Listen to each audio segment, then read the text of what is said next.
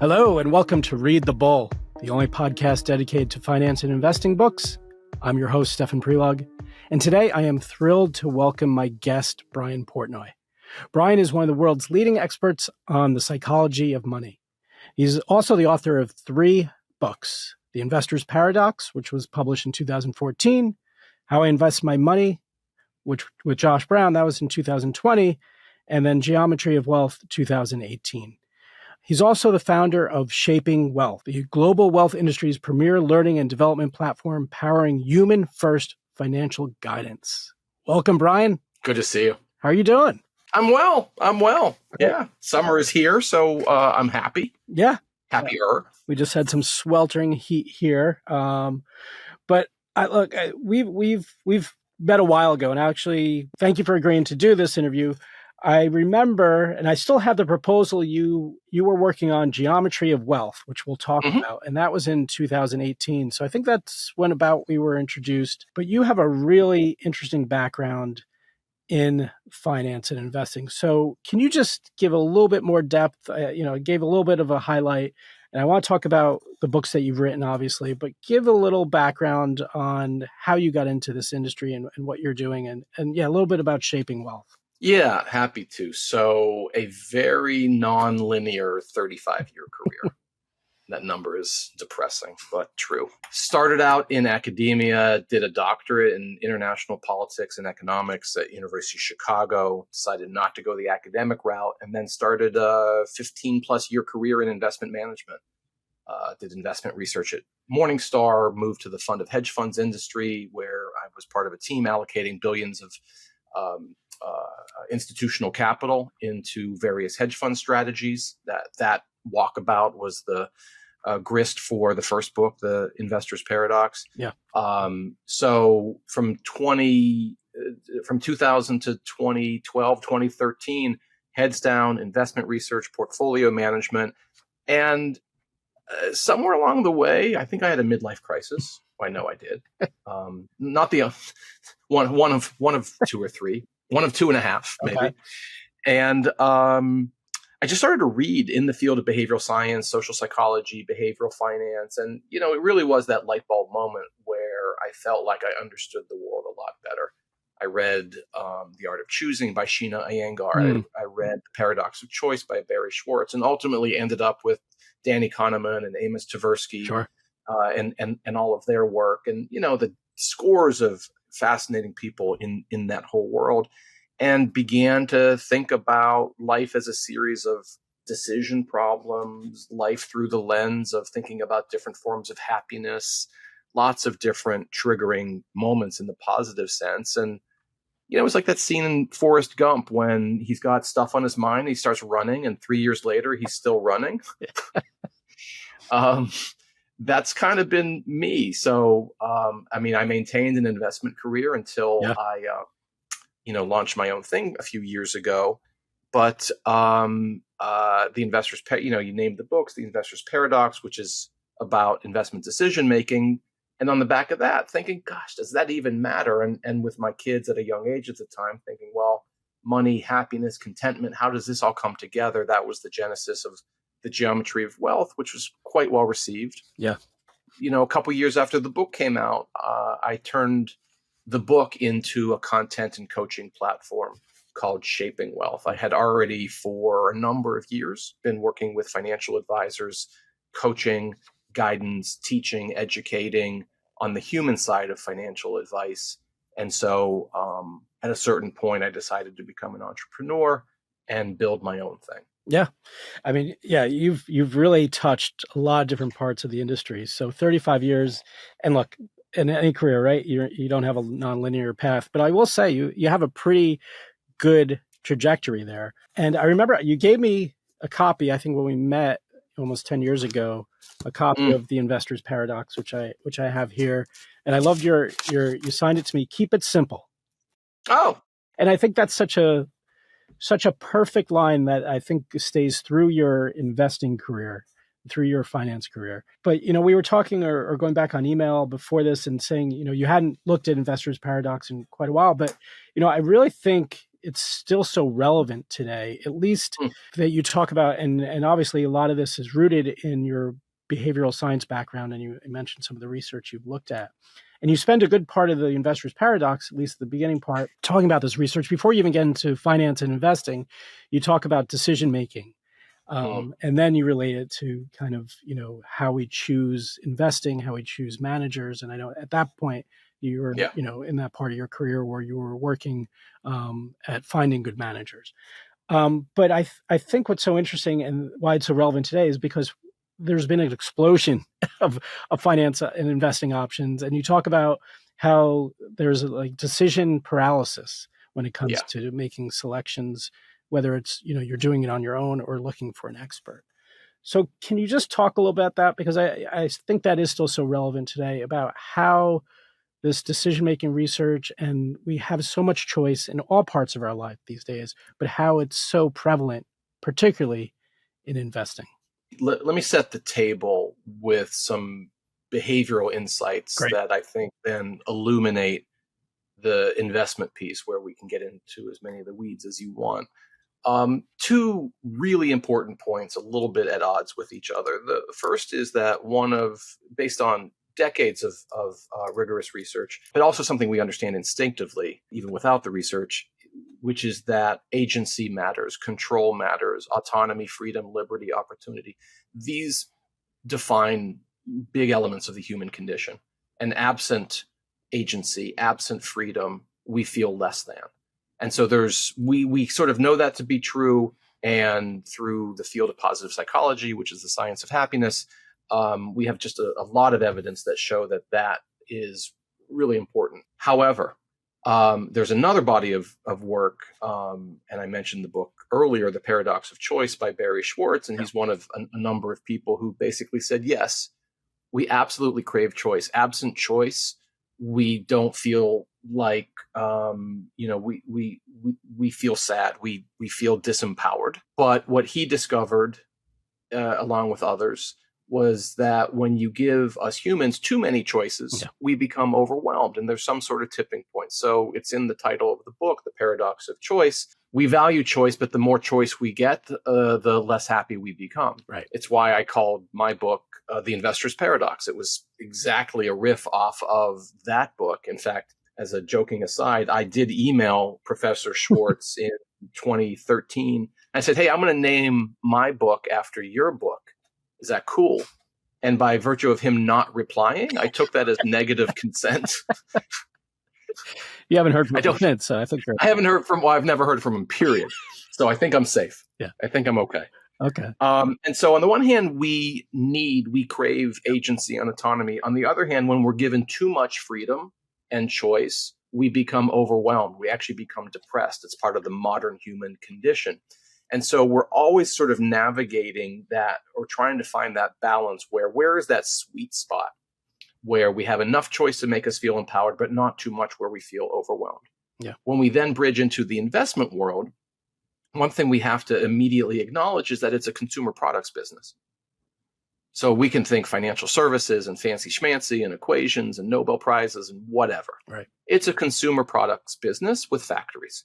And those factories produce products. Those products are called funds and ETFs. And you have equities and you have bonds and you have countless numbers of types of securities and countless numbers of sort of examples in each of those buckets.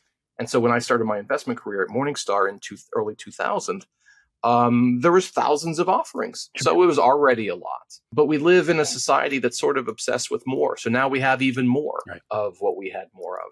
I don't know if the problem is worse because there's a leveling out. You get to the point where you've got thousands of choices and you completely tuned out.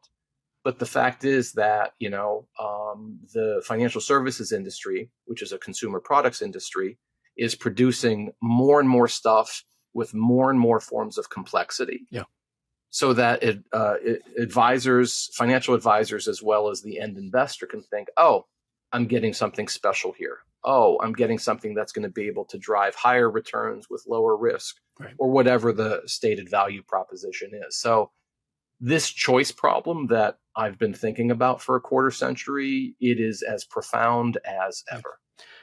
Yeah, no, 100%. And again, you talk about a lot of the research that you point to, Daniel Kahneman and Amos Tversky, where they talk about, how they looked at how humans are really more loss averse, that losses impact us more than wins. And can you discuss a little bit about their research? It's really the opening. It's the opening of this field of behavioral finance, which they invented. The fascinating backstory, and for people who are into this or want to know more, Michael Lewis can make a can of beans really interesting.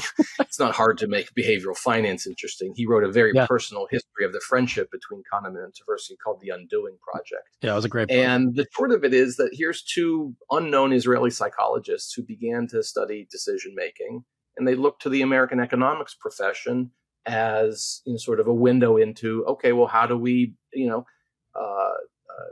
economics is the discipline of choice under constraint.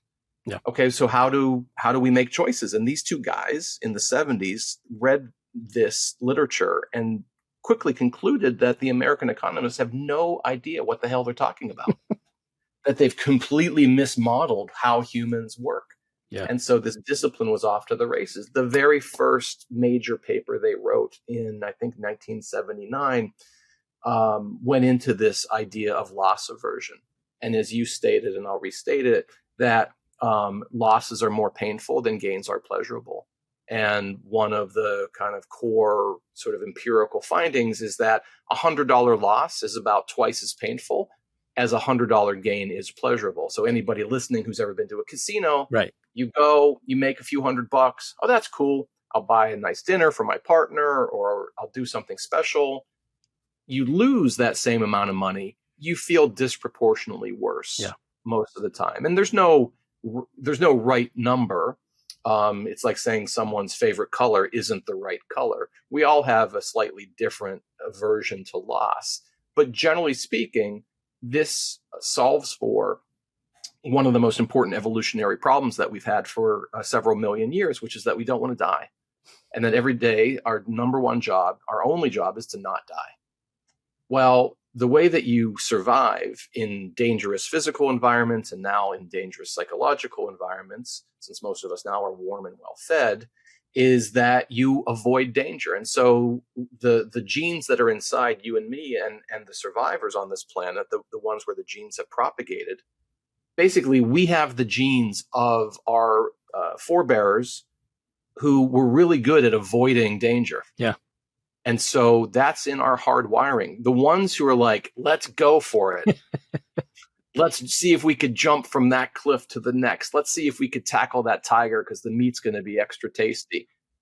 Those genes didn't propagate. So we have the genes that keep us quite safe all of the time. And that loss aversion then has material impacts for the way we invest. I mean, we're talking about hundreds of thousands of years of human history. Now we're talking about modern capital markets, but the instincts are the instincts, and it leads to very distinct decisions when it comes to our investments and our portfolios. Yeah. So it's such a great, I mean, you could spend just a lot of time just reading all about. You could do a whole college course on loss aversion. Loss aversion, yeah, the Gamber's fallacy and all that stuff, which is great. And then you did talk. We talked a little bit at the beginning about decision paralysis, and that we have too much choice. And I know you spent the early part of your career, helping people find experts, because what do we do when we're just overwhelmed with choice? We look to experts. Mm-hmm. But then you also say, sometimes we expect too much for those experts. So I know you spent a little bit of your career, or a good part of your career, helping people find good investment managers. And it was, during a very interesting time, in our economy and in finance, and you get into alternative investments. And there's also the time where ETFs were coming into vogue. And I think around the time you wrote this, the book, there's so many ETFs. There were 1,100 when you wrote the book. There are now almost 4,000. So the situation hasn't gotten any better. So how do you find, for people who are still looking for experts and managers, and I know you're not doing that now, but yeah, I get it. Yeah. But how do you navigate this environment when there's an explosion of choice and there are, managers out there, and you have, a world where interest rates they've gone up but higher, so alternatives are coming back into vogue somewhat. How do you approach this type of environment? Through the other end of the telescope. Yeah. I wouldn't focus on these questions. I would focus on you. I would look in the mirror and ask, well, what is it that you're trying to achieve here? Yeah. What's important to you? I'll give you a little bit of a logic chain. 4 Ps. So we buy all of the pieces to a portfolio: the stocks, the bonds, the funds, and those add up to something called a portfolio. But something I'd strongly encourage of the listeners here is that the portfolio should be in service to a plan. Because if it's not, then you're simply on the quest for more. Right. And that leads to just speculative behavior, even gambling.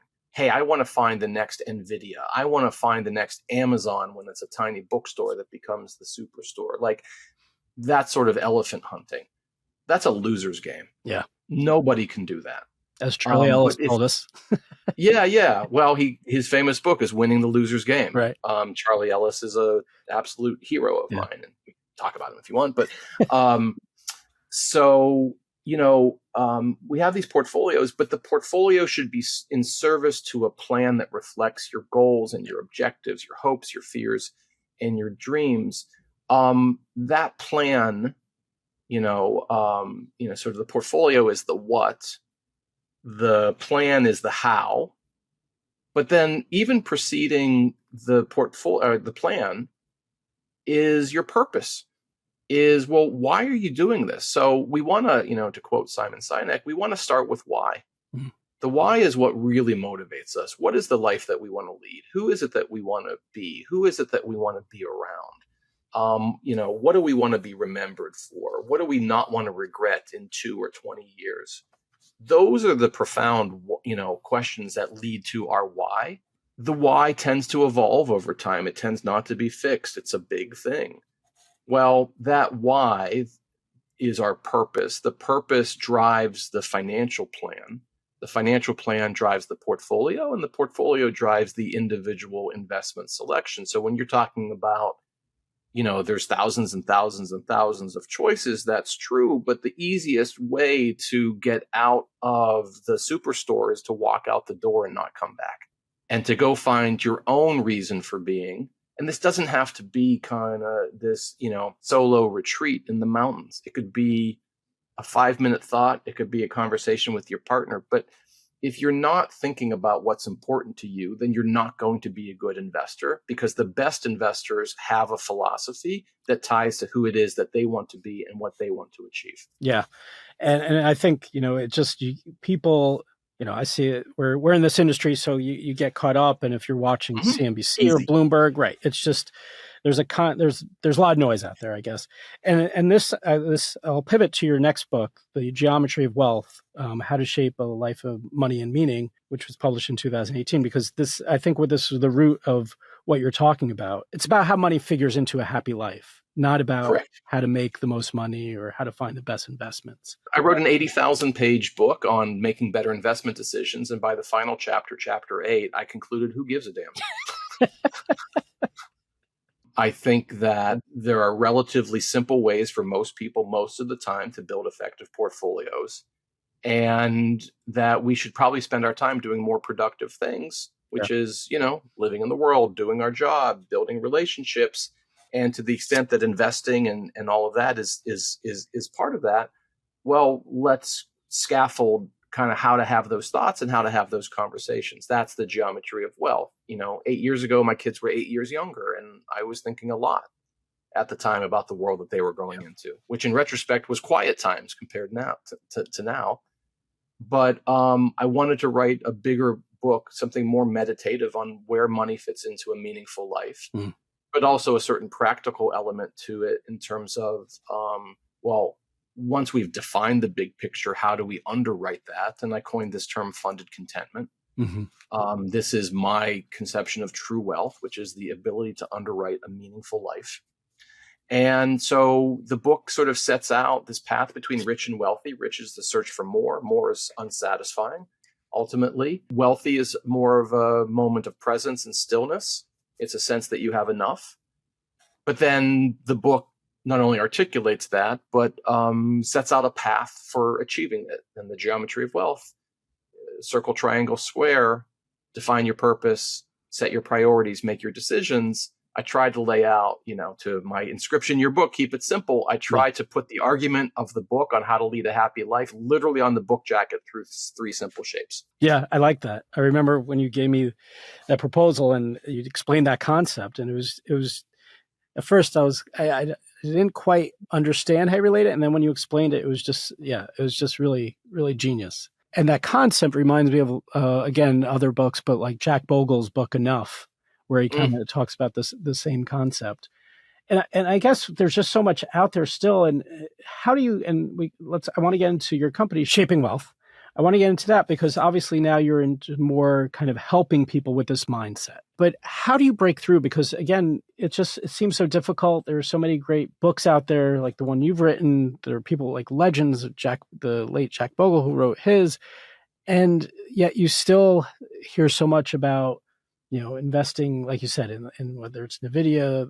There's just so much regret of people like trying to catch the next meme stock or something like that. So how do you kind of cut through that noise with your company? Obviously the books are a great tool. So yeah, how to kind of cut through the noise? Yeah. Well, I mean, this is like we're getting a really big question. Yeah. I mean, I think we know the trend that people are reading less. So, writing the books that I've written, I think they make a difference. I hear from readers all the time. And that's a really nice thing. There's a quote from E.O. Wilson, who was the inventor of sociobiology, a Harvard professor who was the world's foremost expert in ants. And why ants? It's because there are 4 hypersocial creatures on the planet: ants, bees, termites, and humans. So he wrote multiple books on the meaning of life through the lens of how ants organize. He had this great line that we are drowning in information but starved for wisdom. And I say that in front of crowds all over. I say it all the time. It's a quote that's impacted me, and it lands with the room goes, people put down their phones, drowning in information, but starving for wisdom. Because what we want as humans is quiet. We want focus. We want clarity. We want simplicity. But the world's up against us. I'm not a paranoid man. So I don't think anything. No one's out to get me in particular, I think. But the deck is stacked against us in terms of the ability to cut through the noise. And unfortunately, it's really hard to avoid that. It's really hard to say, well, I'm just going to stop paying attention to the world. But we have choices, and we can put our phones down. We can engage in more direct and, sort of leisurely, social relationships. And going back to what I said earlier about purpose, we can define our North Star. It doesn't mean that North Star stays fixed in the sky, but, a little bit of purpose goes a long way. Yeah. A little bit of wisdom goes a long way in providing perspective, because information is infinite and free. People don't need more information. We're drowning in it. What we need is sort of a broader perspective on a life well lived. And whether we get that from our social community, from our religious beliefs, from some other part of our everyday life, there is the opportunity to slow down and reflect. I struggle with this. I'm on my phone too much. Yep. My kids are. I know something about this, but it doesn't mean that it's easy. So the lines, it's simple but not easy applies here. But a little bit of purpose, a little bit of principle goes a long way. Yeah, that's so great. I love that quote. So I know in part when you were doing Geometry of Wealth, you just said, this was a result of conversations with thousands of investors. Just want to go inside on some of those conversations, and you say that those were really kind of impetus of the book. So you were talking to people in the industry. Yes. And just kind of want to a little insight to some of those conversations and how they kind of relate into, how you laid out Geometry of Wealth. So I'll give you the context. So in 2014, I took a job at a large investment company that sold mutual funds and ETFs and, those sorts of products. And the customers were financial advisors. I mean, the end user of those products were, our friends and neighbors, mom and pop investors. But it was one of many of these sorts of firms whose primary, customer base was financial advisors, which is not a world that I had a lot of exposure to prior to 2014. What I had been doing for the previous decade plus was, working in the institutional space. So pension funds, endowments, foundations, sovereign wealth funds, those sorts of players. So for me, it was just an eye-opening moment to actually get on the road and begin to meet literally thousands of financial advisors. And sometimes that was one-on-one conversations in their offices about, I was showing up as an expert in behavioral finance and decision-making and cutting through the noise and understanding what makes people tick. Well, and as much as I spoke, I tried to listen, and you look for patterns. And I began to see things over several years and thousands of conversations, both with financial advisors, but also with their clients, because I would do client appreciation events and I would take time to talk to people and ask them questions and listen. When I talk to regular people, normal people, friends and neighbors and relatives, it was a steak dinner where I was the speaker, or it was a client appreciation event where there's 500 people in a hotel ballroom and I'm talking about whatever. The comments I would get back were basically along the lines of people asking, am I going to be okay? Not what's the next best investment, not where's the market going to go, not where is inflation going to be 3 months out, but the most foundational question, tying back to what I said earlier about survival. Am I going to be okay? Is my husband or wife going to be okay? Are my kids, my parents, or people in my community going to be okay? This is our deepest, most powerful instinct to just survive in a dangerous world. It was hard to walk away from all of these conversations and events over years without just seeing like, this is what people cared about. Yeah. And then the second question was sort of, how much is enough? Because if you're working with a financial advisor, you probably have a few bucks.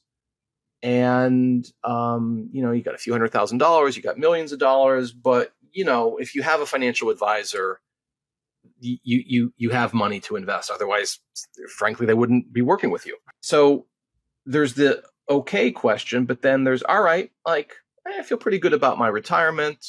I've got, $3 million saved in my IRA, and boy, I'd like that to be 4 or 5, but boy, what should it be? And you begin to ask, well, how much is enough?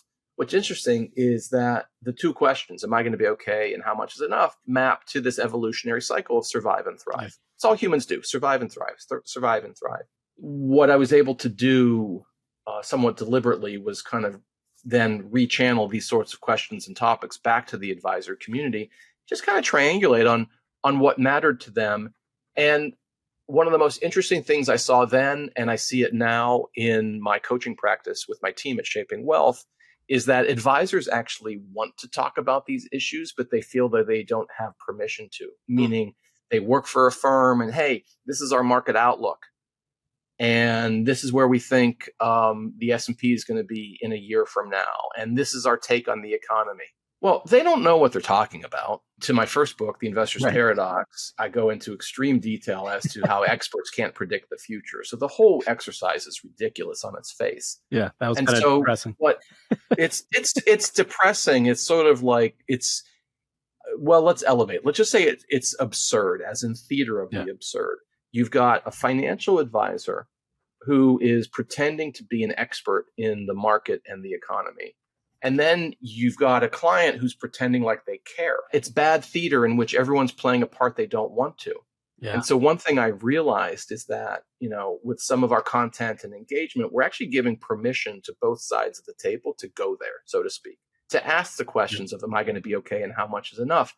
I didn't fully appreciate, and it's still, I see it in my day-to-day at Shaping Wealth, financial advisors who are savvy and make a great living and do right by a lot of people, they still need permission at times to really have the conversations that their clients want to. I'll share one data point. There was a study that came out in 2018 or 2019 that was a large survey of financial advisors and financial advice clients. and they asked the financial advice clients, not general public, people who already work with a financial advisor. Mm-hmm. The question was simply, do you have anyone to talk to money about? Do you have anyone to talk to money about? 64%, 2/3 of the respondents said no. When I put this in front of advisors, some are like, what the heck? Like, what else am I doing? To which I say, well, what are the conversations about money that you're not having that your clients want to? Right. I guarantee you it's going to be finding an answer to the simple question of, am I going to be okay? I love that essence of just both people, like you said, playing theater, like giving them permission to have like the conversations that matter. So that must be really interesting because there's so many advisors out there. So talk a little about how you work with advisors, and because I think these are great conversations to have and a better conversation to have. Am I going to be okay? This, and just, I'm thinking right now, like I'm having a conversation with an advisor coming up, and just the question about like how, like, I really don't know how much I need, right? So how can they help me just in terms of that? So we work with everyone from one-person RIAs to platforms with north of 10,000 advisors, US, Canada, UK, Australia, New Zealand, Hong Kong, Singapore. So we see a really interesting swath of the global advice industry. It's been really really interesting for us. I mean, I'll start off by, rather than give you a kind of a description of the Shaping Wealth platform, which I could do succinctly in a moment, but I'll tell you about the tool that we use. And the tool is funded contentment. This core idea that true wealth is the ability to underwrite a meaningful life. Well, that's an interesting concept. It's one where people perk up and say, I want that. Yeah. Well, I would also frame it not just as a concept, but as a tool. It's a Swiss Army knife with two blades, funded and contentment. And it's a process. And so how do we coach financial advisors? We say there's a two-step process. The first thing is that you should think about contentment. Now, in the field of positive psychology, which is the science of happiness, there are many, many definitions of happiness, but I'll just say that there's two relevant ones: experienced happiness and reflective happiness. Experienced happiness is being in good mood every day. Go to a concert, you're having a great time, your team wins the game, awesome. And that comes and goes.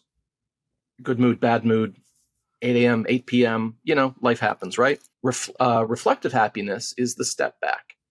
It's a higher cognitive load. It's you saying, or your partner saying, or you guys together saying, is this the life that we want? Are we living a good life? Are we content? Not happy in the narrow sense, but deeply content. Well, it ends up that we know from philosophy and science and theology and lots of other disciplines that there are core sources of contentment in life. I'll enumerate my 4-part model, but there's tons and tons of thought on this.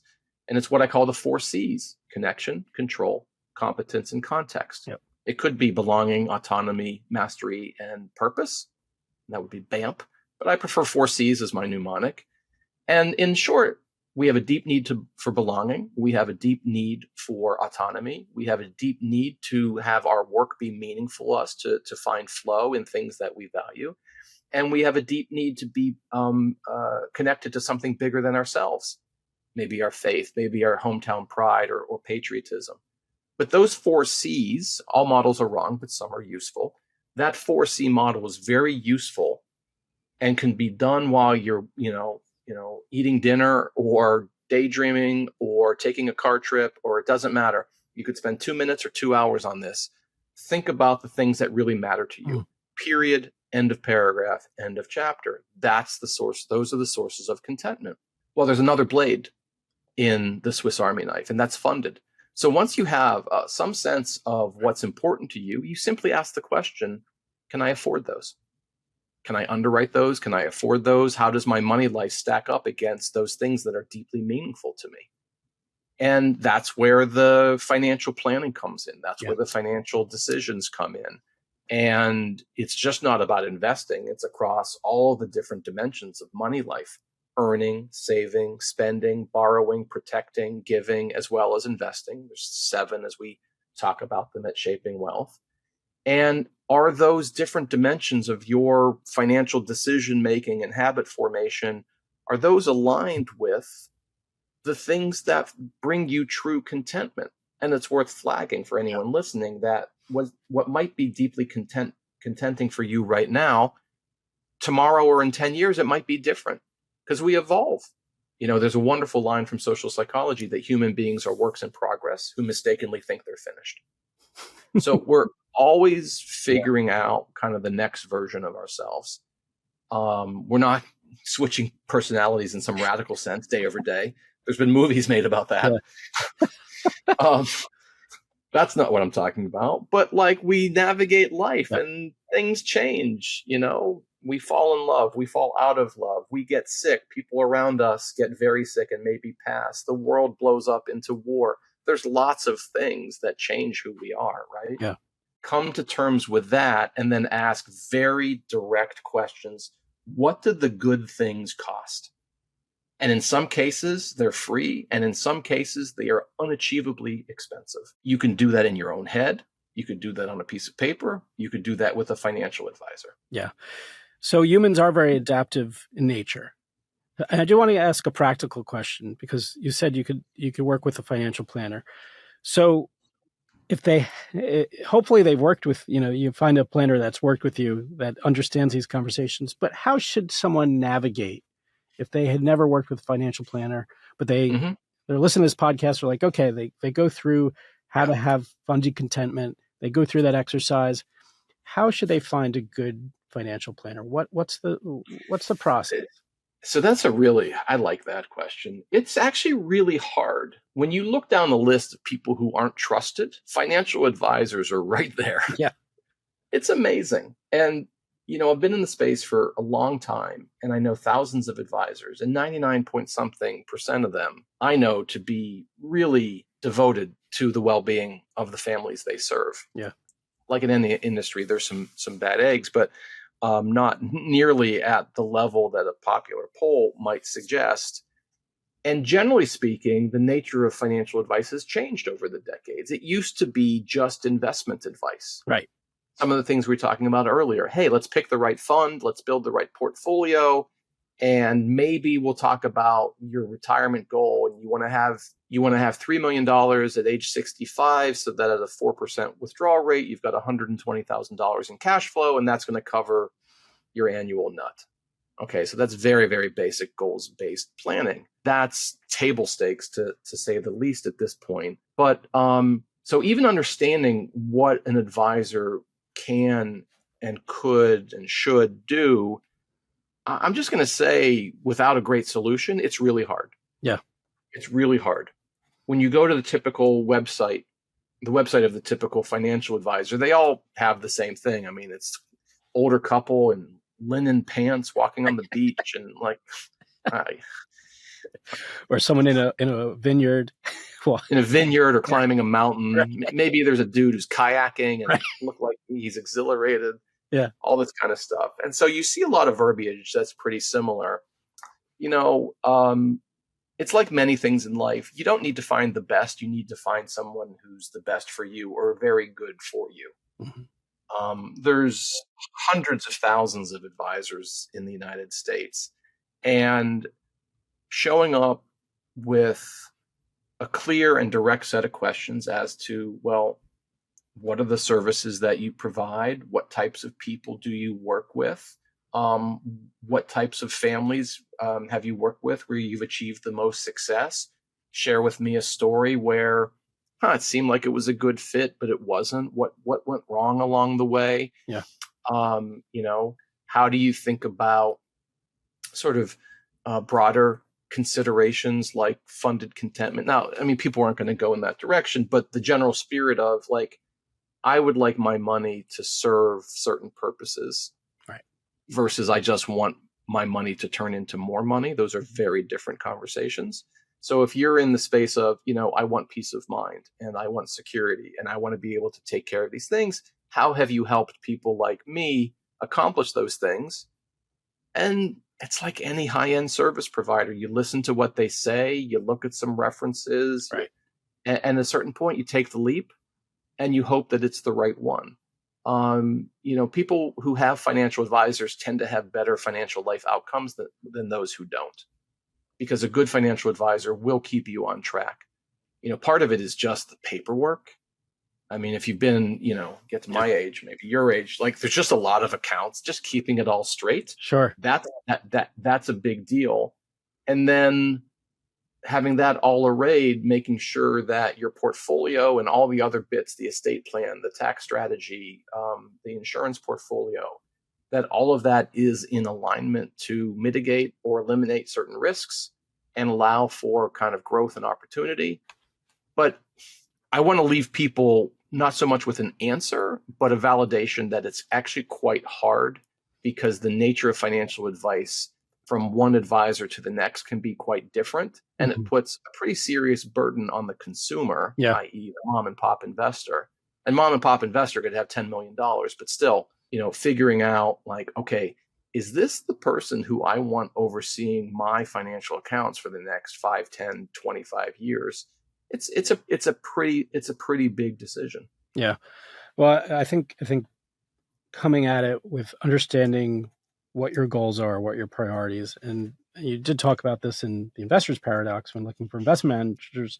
I think it's applicable here. It's about setting those expectations, understanding, that no one's, that a lot of these people they might be great at their job, but they're still not going to have like all the answers. They're not going to be able to do everything you want. But yeah, I think it's finding someone that understands you and can have these conversations. So can I just punctuate the expectations point? Because that sort of actually was the main thesis of the investor's paradox, which is that expectations matter.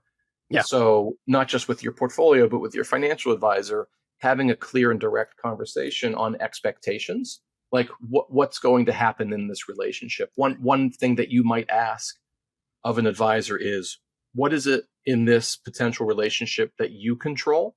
What is it that I will control? And what are the things that are out of both of our controls? That's great. And how do we have that conversation over time? Yeah. That's one really powerful way to get to the expectations point. There's a small but powerful equation in the psychology literature that says happiness equals reality minus expectations. Right. And so we don't have a lot of control over reality because the world just happens, but we have a fair amount of control over our expectations. So setting and managing and updating those expectations is can be quite powerful. That's great. I love that. So I want to get to your last book because it's a really interesting concept. But do you think broadly, and this is probably not an easy question to answer, but do you think the financial planning industry has gotten better over the last, say, maybe 10, 15 years? I do. Okay. Significantly, because you've had a rise of the so-called independent advisor.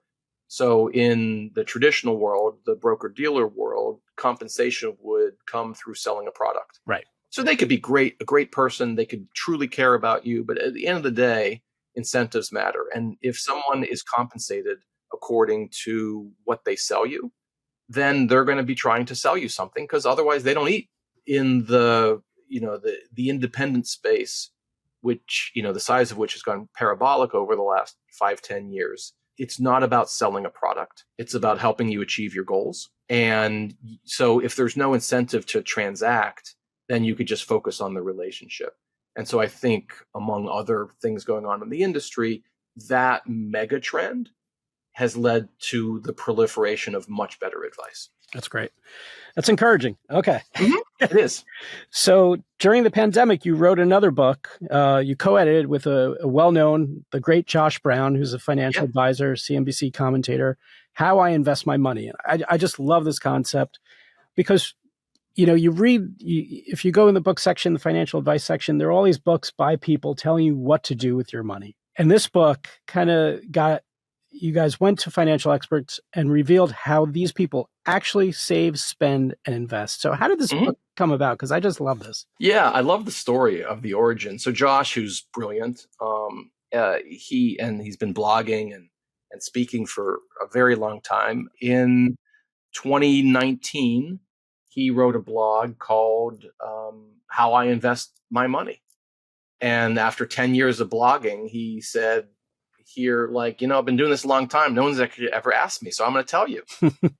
This is how I build my stock and bond portfolio. This is how I might invest. This is the way I've invested in my friends' companies from a venture capital point of view. other dimensions of his financial life. And I read it, thought it was brilliant, texted him and said, this is great. Yeah. What about the idea of getting a bunch of friends together from the industry and everyone basically writes their own blog? He's like, oh, that's a good idea. So I said, hold on. The next morning, I got on the phone and I called Craig Pierce, who's been my editor at Harriman House, which has become one of the go-to houses in the financial space. And I said, Craig, here's the idea.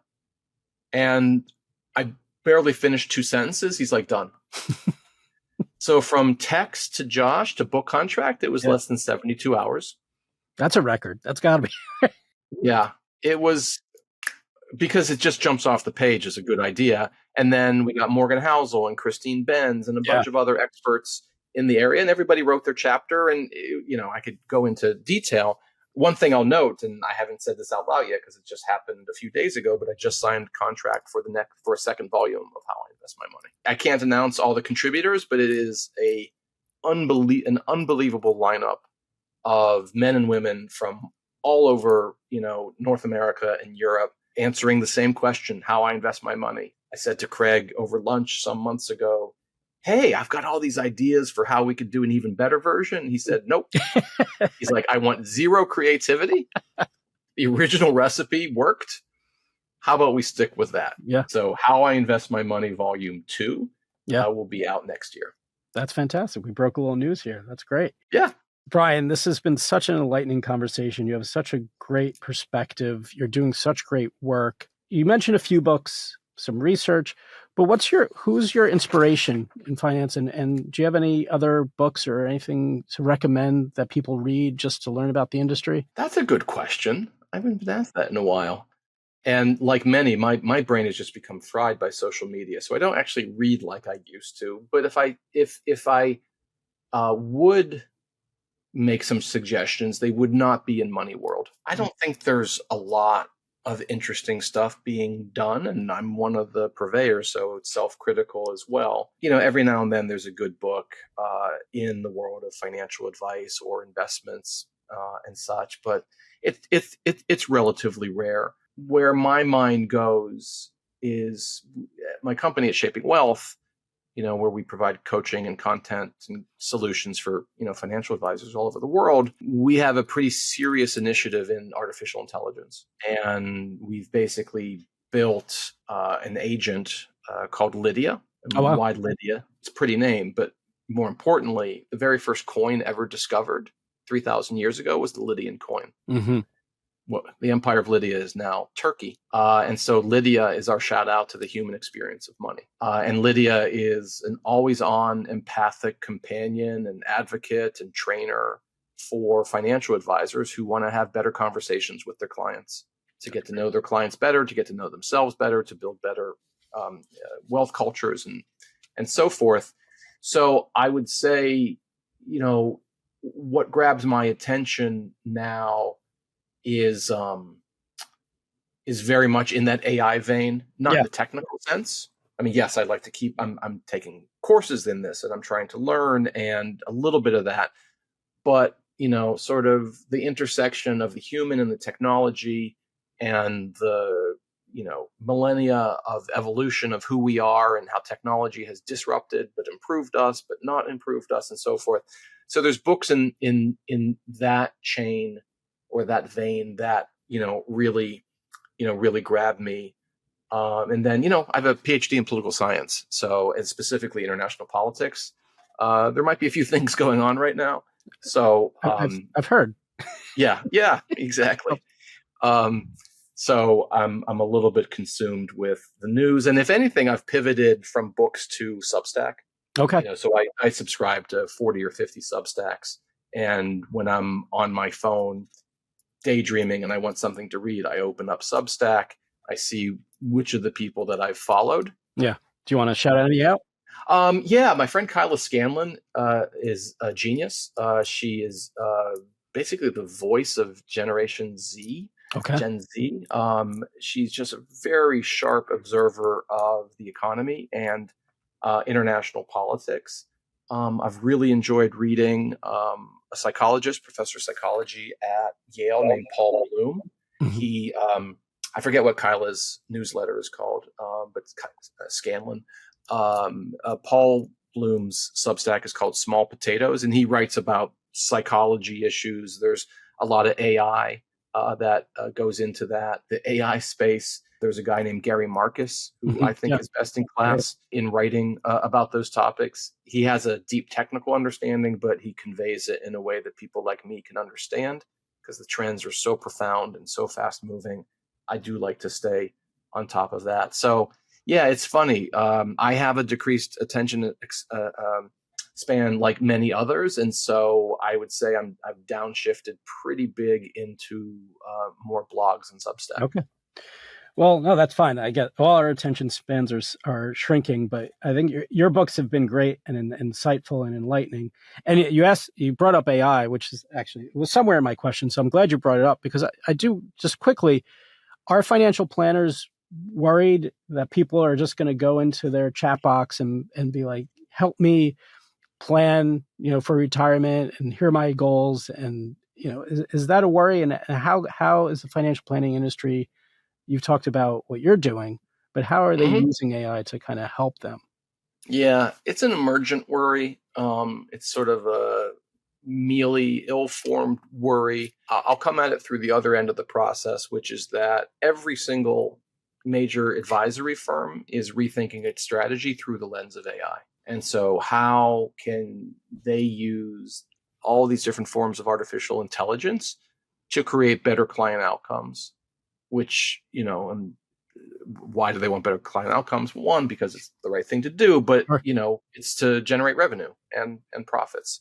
And so I think you'll see the, big firms, which they already are, making large investments into different AI technologies that change kind of how clients interact with them, how they build portfolios, how they do back office functions like accounting and operations. I would say AI is disrupting every pixel in the wealth management landscape. And what we're trying to do at Shaping Wealth with Lydia is basically say that, when it comes to technical expertise in investments or insurance or estate planning, those process-oriented skills will be commoditized, as they always are, but at an increasing rate because of AI. And what that leaves you with is more time to reach into the relationship and make that stronger. And so we've built Lydia to help you become even more human. And we've put a lot of thought into kind of what is empathy in an AI context, what are conversational skills, how do you show up better, until the robots take it all over anyway by 2030. Yeah, I think we're far away from the robot financial advisor, but I'm encouraged, at least for now, because I think AI... I actually do not think we're far at all. I know of stuff going on. We will have them. They will be approved by the regulators. Wow. And they will be incredibly powerful. And I think they'll be here by 2027. Wow. Bold prediction. I thought you didn't like predictions. I just know what people are doing. Yeah. Okay. It's easy to predict the winner of the horse race when you know who has the juice. Okay. There's no doubt firms that understand what goes into giving good advice and different conversation. But there was something called robo advice many years ago. It wasn't advice. It was robo asset allocation, and it was fine. It still is fine, but it wasn't advice per se. The thing about that stuff versus generative AI is that, the ability for the technology to have a proper conversation, a knowing conversation with a human, just takes it to the next level. Okay. So independent advisors will survive, and this might make them more efficient and more focused on the real kind of issues. I think so. I think the efficiency story is a powerful one, and that's where a lot of the energy and action is. If you've got, many hours of tasks that you're doing in a somewhat manual or light tech kind of way, those are now going to be collapsed into minutes or nothing at all. Yeah. And that's going to leave you more time to engage your clients, find new clients, and there's the opportunity to show up and build relationships and scale those relationships in ways that maybe weren't possible otherwise. All right. Brian Portnoy, that's your time on Read the Bull. Thank you so much. What a pleasure. Thank you.